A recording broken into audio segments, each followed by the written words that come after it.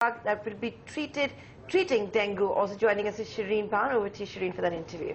Well, thanks very much. Let's go across now to Adar Poonawalla. Adar, appreciate you joining us here on CNBC-TV18. The dengue virus, of course, is spreading panic across the national capital. The total numbers of cases reported so far now at 3,700. I understand that Serum is working with a US-based R&D company, Vistera, to try and put out an antidote into the market. How much can you share with us in terms of where things currently stand about your arrangement with Vistera? Sure.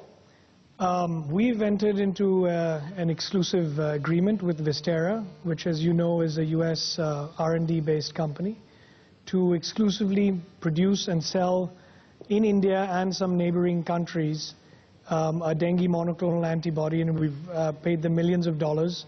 And we still have to pay them over some milestones. And they've proven this to work and neutralize the virus and remove it from the bloodstream of animals in an animal model that has been tested in humans. And the first human trials will start in Singapore that Vistera is conducting on their own. So we should know in a month or two how well this is working. We're quite confident here at Serum Institute, and our scientists are very sure on replicating the clone and manufacturing it on a high scale and providing it within the next year or two to the Indian public, you know, at a very cost-effective price, somewhere between 5,000 to 10,000 rupees, which is still much cheaper than, you know, being hospitalized and then having to treat yourself. So we're at that stage at the moment, and we're hoping that our government permissions and licenses are granted to us in a speedy manner, because this is a public health issue. Dengue is very serious, and we need to do something about it fast. So let me just take that point forward, Adar. Where do things currently stand in India? I understand that you have applied for approval to import the antibody.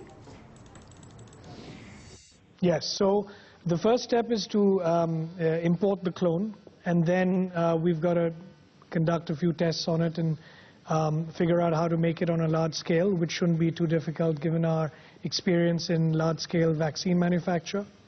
After that, we will apply for the clinical trial permissions. Now, this can typically take between 1 to 2 years with all the different committees that we've got to go through as a standard practice. And this is where I think the Honorable Prime Minister can play a serious role in fast-tracking a new drug development and giving a boost to India, to make in India, and for exports.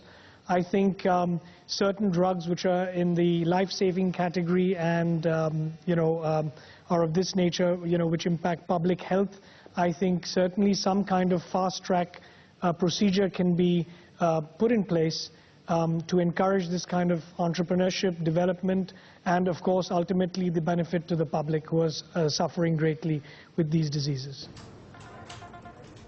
But Adar, can you give us a broad timeline? If the government were not to intervene or expedite the approval process, how much time will it take for the clearances to come in from start to end? Right, so if there's no intervention in fast tracking, this could take anywhere between 2 to 3 years, maybe even longer.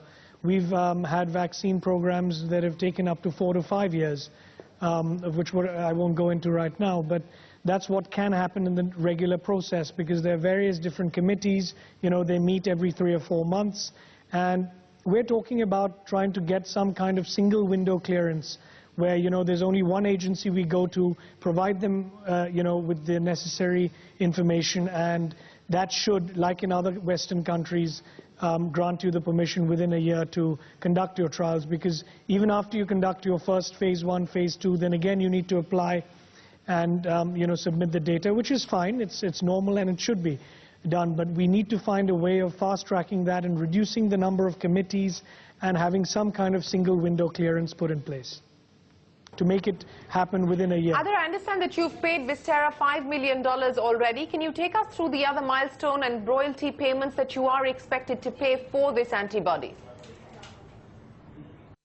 Sure. We've got various percentages of royalties that we'll pay depending on the region and territory that we take. That'll happen much later once we commercialize the product and it works well. We've got to pay another 5 or 6 million, I think, at the phase 1 stage, and then at phase 3, when it's completely licensed, we've got to probably dish out another $5 million. So it's going to be about $15 million of risk that we're taking in these milestone payments. And then once we commercialize it, it'll be a royalty percentage on the sales, again, depending on the region that we're talking about. Okay, that's as far as the dengue antibody is concerned, Adar, but take us through the product pipeline at this point in time. The last conversation that you and I had, you told me that you were working on 3 or 4 what you call blockbuster products. Can you give us an update on where things currently stand as far as the larger product pipeline is concerned? It's an exciting time right now. You know, we've got 2 or 3 other major blockbuster vaccines in the pipeline. We've got a vaccine against pneumonia coming up in 4 years. Again, with the Indian clinical trial process, it's taking 4 years. We're in fact going to other countries to do some trials to speed up that process. We've got rotavirus, which is a major killer in children, in newborn babies, which we hope to launch in the next 1.5 to 2 years. And of course, we've got a major vaccine against cervical cancer coming up for women, which is, you know, the HPV vaccine. And it's said that cervical cancer is one of the in the top 3 cancers that affects women. So that's one of the other vaccines that we're looking to launch over the next 3 to 4 year period. Okay, Adar, if I can shift focus to the realty sector now, because you've just acquired the Lincoln House, the iconic Lincoln House in Mumbai for about 750 crore rupees. What do you intend doing with that property, and how did you manage to get it that cheap? Well, I think we got it at a fair value. I think there were some serious bidders. When the initial sort of inquiry came that, you know, would you be interested to participate in an auction? It was a closed auction, so we didn't know who the other bidders were. I naturally, of course, you know, because of the size of the deal, had some thoughts about it. But I think within a week or 2, we pretty much made up our minds and decided to go ahead. I discussed it extensively with my father, and I think the deal went in our favor because it was just my father and myself making a decision, and that quick decision to be able to put in a bid and commit that value early on in the bidding process, I think helped clinch the deal, because I think there might have been a lot of other bidders. I believe there was another consulate, Middle Eastern consulate interested, and some other very high net individuals which could well have outbid us. And I think because we were able to decide upon this decision very quickly and swiftly, we could come to a quick arrangement with the Americans. I think it is a fair deal. The value, I think the value is very fair because it's got a lot of heritage restrictions, so a lot of developers shied away from it.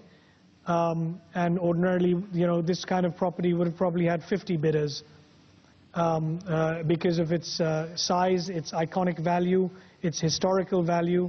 So we're very proud that we won the bid, and it's a very proud moment for India that a property like this can go at a value like this, and an Indian, more importantly, can, you know, buy and invest in a property like this. So I have to ask you, Adar, because you've already done Lincoln House, you were looking at Grosvenor House, that hasn't worked out for you, but any other real estate deals on the anvil? What can we expect as far as your real estate aspirations are concerned from here on? Well, at the moment, we've, on the real estate front, we've got 2 projects coming up. We've acquired in partnership in a 50-50 joint venture with the Panchil Group in Pune, a 90-acre island in the Maldives, and we've signed up with the Bulgari Resorts and Hotels to put a 100-villa project there. It's a roughly $110 million project, and we hope to launch that in about 2.5 to 3 years. We're going to start construction there very shortly this year. And we've also got some other commercial real estate that we've invested in, again with the Panchil Group on a 50-50 joint venture, and we're putting up the Ritz-Carlton Hotel in Pune as well. So that's all I think that's happening that we've signed up this year, and we're always on the lookout for some good real estate deals, even in Europe and in the UK, because, you know, if it's a major city like New York, London, Mumbai, Delhi, these prime iconic properties we feel will always hold their value, even if there is a recession or or a so-called slump in demand as we're seeing at the moment in Mumbai. All right, we will have to leave it there. Adar Poonawalla, thanks very much for speaking to us here on CNBC-TV18 and taking us through the new tie-up that you've done with US-based Vistara for the dengue antibody. Appreciate your time here on CNBC-TV18.